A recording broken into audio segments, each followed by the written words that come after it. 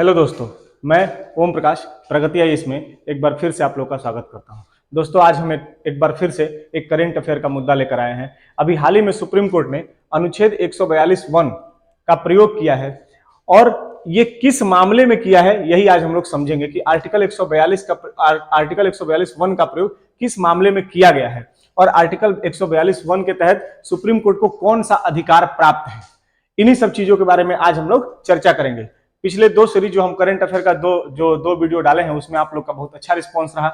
इसी तरीके से आप लोग कमेंट करते रहिए, वीडियो को शेयर करते रहिए और चैनल को अपना सहयोग दीजिए जिससे कि चैनल और ज्यादा ग्रो करे और हम ऐसे ही और अनेक अनेक मुद्दों को लेकर आप लोग के लिए डिस्कस करते रहें। तो जैसा कि आप लोग को दिख रहा होगा कि आर्टिकल 142(1) और हिंदू मैरिज एक्ट 1955 उसका आर्टिकल 13B लिखा हुआ है और नीचे डाइवोर्स यानी कि तलाक, और तलाक भी दो प्रकार का लिखा हुआ है। तो कहीं ना कहीं ये बात समझ में आ रही है कि 142(1) पे जो फैसला आया है 142(1) के तहत वो कहीं ना कहीं एक तलाक के मुद्दे को लेकर आया होगा। तो पहले समझते हैं कि हिंदू मैरिज एक्ट का 1955 का आर्टिकल 13B क्या कह रहा है। उसके बाद हम लोग आएंगे 142(1) को समझेंगे कि सुप्रीम कोर्ट इस बारे में क्या फैसला दे रखा है। वीडियो में लास्ट तक बने रहेगा क्योंकि अंत में हम बताएंगे 142(1) में क्या फैसला आया है। तो अभी समझते हैं कि हिंदू मैरिज एक्ट 1955 में आर्टिकल 13B में तलाक की जो चर्चा की जा रही है वो तलाक, पहले ये समझते हैं कि तलाक कितने प्रकार का होता है। तो एक तो होता है म्यूचुअल डाइवोर्स और एक होता है कंटेस्टेड डाइवोर्स, यानी कि आपसी सहमति से, इसको कहते हैं आपसी सहमति से,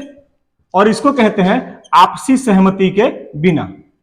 आपसी सहमति के बिना। तो दोनों में फर्क क्या है? अब देखिए, म्यूचुअल डाइवोर्स जो होता है वो पति और पत्नी जब दोनों आपस में सहमत हो और शादी एक ऐसे मोड़ पे पहुंच चुकी हो जहां दोनों एक दूसरे के साथ रहना नहीं चाह रहे हो, तो वहां जो तलाक फाइल की जाएगी उसको कहते हैं म्यूचुअल डाइवोर्स या आपसी सहमति से। और कंटेस्टेड डाइवोर्स का मतलब होता है कि जहां एक व्यक्ति साथ रहना चाहता है परंतु दूसरा व्यक्ति जो है वो किन्हीं कारणों की वजह से साथ नहीं रहना चाहता है। तो जो व्यक्ति साथ नहीं रहना चाहता है वो क्या करेगा, वो तलाक के लिए कोर्ट में पिटीशन फाइल करेगा। तो इसमें जो आपसी सहमति के बिना ये किस किस आधारों पे या क्यों एक पार्टनर नहीं रहना चाहेगा, तो मान लीजिए कि जैसे एक तो है कि गैर विवाहेतर संबंध हो गए,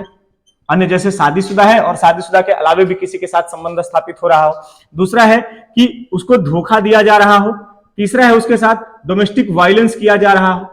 है ना, घरेलू हिंसा जिसको कहते हैं। ये सारे कुछ आधार हैं जिस आधार पर आपसी सहमति के बिना तलाक लिया जाता है। तो ये तो दोस्तों जो प्रक्रिया है ये बहुत लंबी प्रक्रिया है। इसमें पहले क्या होता है, इसमें पहले पिटीशन फाइल होता है। पहले आप क्या करेंगे, पहले कोर्ट के सामने एक अर्जी देंगे, फिर उसके बाद जो व्यक्ति तलाक लेना चाहता है और जो व्यक्ति तलाक लेना चाहता है वो क्या करेगा, वो इसके खिलाफ, जिस व्यक्ति के खिलाफ वो लेना चाहता है उसके खिलाफ वो क्या करेगा, बहुत सारे एविडेंस प्रस्तुत करेगा और उसके आधार पर एक लंबी प्रक्रिया होती है, सुनवाई चलती है और सुनवाई के बाद बहुत कम से कम 4, 5, 10 साल भी लग जाते हैं तलाक होने में। तो ये तो प्रक्रिया बहुत लंबी है। जो हमारा मुद्दा है वो मुद्दा यहां है जो इस आर्टिकल 142(1) के तहत जुड़ा हुआ है। तो म्यूचुअल कंसेंट में क्या होता है या म्यूचुअल डाइवोर्स में क्या होता है कि इसमें सबसे पहले तो इसमें भी जैसे यहां पे कुछ प्रक्रिया अपनाई जाती है वही प्रक्रिया यहां भी है कि सबसे पहले आप क्या करेंगे, अर्जी देंगे या पिटीशन फाइल करेंगे। ये अर्जी कहां दी जाएगी दोस्तों, तो शादी जिस शादी को तोड़ना है वो शादी जिस कोर्ट में हुई है, ध्यान रखिएगा, जिस कोर्ट में हुई है। जैसे मान लीजिए कि अगर दिल्ली में वो शादी हुई है और दिल्ली के किसी कोर्ट में अगर वो शादी हुई है तो या तो दिल्ली के कोर्ट में आप अर्जी दे सकते हैं जहां शादी रजिस्टर्ड हुई थी, या दूसरा वर्तमान में मान लीजिए कि वो लोग दिल्ली के रहने वाले थे लेकिन किसी जॉब की वजह से वो लोग मुंबई में मान लीजिए रह रहे हैं, मुंबई में रह रहे हैं, तो वो मुंबई में भी ये तलाक की अर्जी दे सकते हैं। ठीक है, तो पहले यहाँ पे पिटीशन फाइल होता है। पिटीशन फाइल होने के बाद क्या होता है कि एविडेंस के आधार पर जो कोर्ट है वो कोर्ट एक कूल ऑफ पीरियड होता है, cool off period, PERIOD, cool off period होता है। इस कूल ऑफ पीरियड का जो ड्यूरेशन होता है दोस्तों वो 6 से 18 मंथ का होता है, 6 से 18 मंथ का। अब इस 6 से 18 मंथ में कोर्ट कहती है, तो देखिए कोर्ट भी नहीं चाहती कि शादी टूट जाए, तो कोर्ट एक आखिरी मौका देती है कि क्या आप दोनों जाइए, पति पत्नी को बोलता है कि आप दोनों जाइए और 6 महीने, मिनिमम 6 महीने, मैक्सिमम 18 महीने तक साथ रहिए और कोशिश कीजिए कि एक शादी एक बार पुनः बच जाए। अगर नहीं बचती है तो वापस आते हैं दोनों लोग और कोर्ट में, और 6 या 18 मंथ जितने दिन के लिए कोर्ट उनको अलाउ करती है, उसके बाद ये वापस आते हैं और लास्ट में पुनः कोर्ट के सामने आकर कहते हैं कि नहीं, हम लोग को सेपरेट होना है। उस आधार पर जो कोर्ट है वो क्या कर देती है, इन दोनों लोगों को सेपरेट कर देती है, इन दोनों लोगों का तलाक जो है वो मंजूर कर लिया जाता है। तो अब सुप्रीम कोर्ट का जो फैसला आया है वो इसी बात पे आया है दोस्तों, ये जो म्यूचुअल डाइवोर्स है, इस म्यूचुअल डाइवोर्स को ही लेकर आया है। तो इसमें सुप्रीम कोर्ट क्या कह रहा है, कह रहा है कि सुप्रीम कोर्ट के पास, देखिए आर्टिकल 142(1) के तहत सुप्रीम कोर्ट के पास एक जबरदस्त पावर है, और वो पावर ये है कि इसके आधार पर वो क्या करती है, कंप्लीट जस्टिस।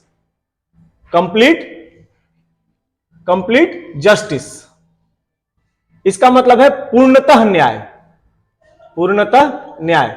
और यह न्याय कैसे दिया जाएगा दोस्तों, तो यह न्याय विधि द्वारा स्थापित, आप आर्टिकल 14 अगर पढ़े होंगे तो आर्टिकल 14 में लिखा गया है विधि द्वारा स्थापित प्रक्रिया, यानी कि जो कानून में लिखी हुई बातें हैं उन्हीं के हिसाब से जो व्यवस्था है वो चलेगी। लेकिन यहां पे सुप्रीम कोर्ट 142(1) के तहत क्या करता है कि कंप्लीट जस्टिस, पूर्णतः न्याय देने के लिए विधि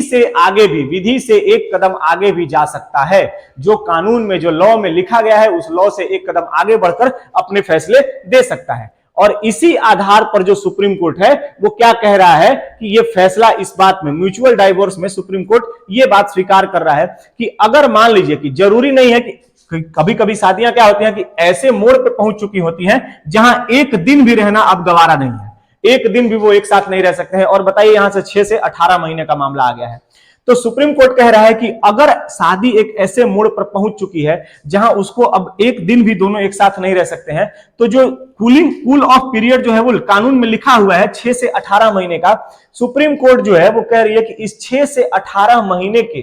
पहले भी, यानी कि मिनिमम जो लिखा हुआ है 6 महीना, लेकिन 142(1) के तहत सुप्रीम कोर्ट कहता है कि ये चाहे तो 15 दिन, 20 दिन या 2 माह के भीतर भी क्या किया जा सकता है, तलाक को जारी किया जा सकता है, यानी तलाक करवाया जा सकता है। और यही सुप्रीम कोर्ट का जो कंप्लीट जस्टिस का जो फॉर्मूला है वो 142(1) के तहत अभी हाल ही में ये मुद्दा उठा हुआ है, तो 142(1) के तहत ये कंप्लीट जस्टिस देने का प्रयास, और 6 से 18 महीना से पहले भी तलाक मंजूर किया जा सकता है। परंतु इसमें एक बात सुप्रीम कोर्ट कहता है कि ये जो कपल है जो म्यूचुअल डाइवोर्स लेने आएंगे, उनका ये राइट नहीं है, ये अधिकार नहीं है कि वो 15 या 20 दिन या ये जो 142(1) का प्रयोग करवा सके, ये कोर्ट डिसाइड करेगी, उनका अधिकार नहीं है, वो रिक्वेस्ट कर सकते हैं, ये कोर्ट डिसाइड करेगी कि कूल ऑफ पीरियड 6 महीने से 18 महीने जो है इसको घटाकर क्या किया जाए, 2 महीने में तलाक को सेपरेट किया जा सकता